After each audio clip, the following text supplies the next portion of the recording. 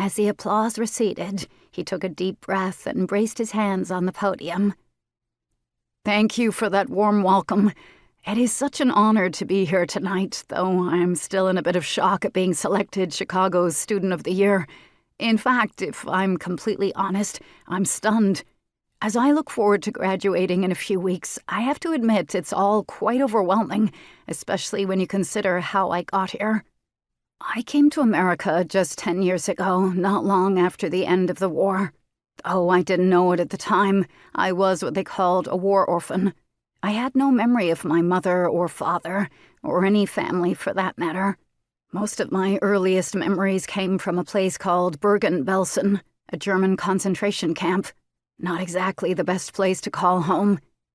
He looked down at Papa, and they shared an understanding smile.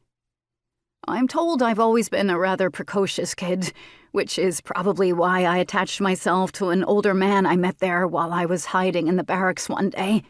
I called him Papa, and at some point I honestly believed he was my father.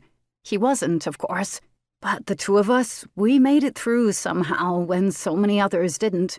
I guess you could say we were the lucky ones." He glanced down just as Papa touched his handkerchief to his eyes. "You might ask how in the world I ended up in Chicago, America," he said, glancing over at Anya. "That's quite a long story, but let's just say God made a way.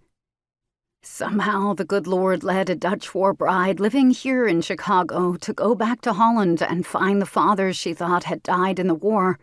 His name was Huub Versteeg. She called him Father. I called him Papa, and while she went there to bring him home, I guess you could say she got two for the price of one.